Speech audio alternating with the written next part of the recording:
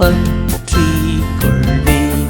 கிறிஸ்துவில் வாழும்படி வல்லமை உணரும்படி பாடுகள் அறியும்படி அவரின் மரணத்திற்கொப்பான மரணம் கொள்வேன்.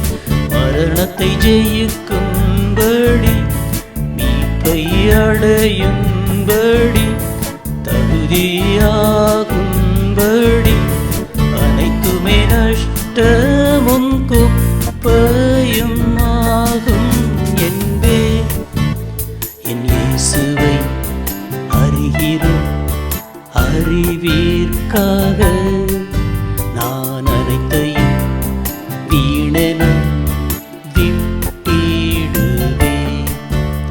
என் கிறிஸ்துவை ஆதாயம் ஆக்கிக் கொள்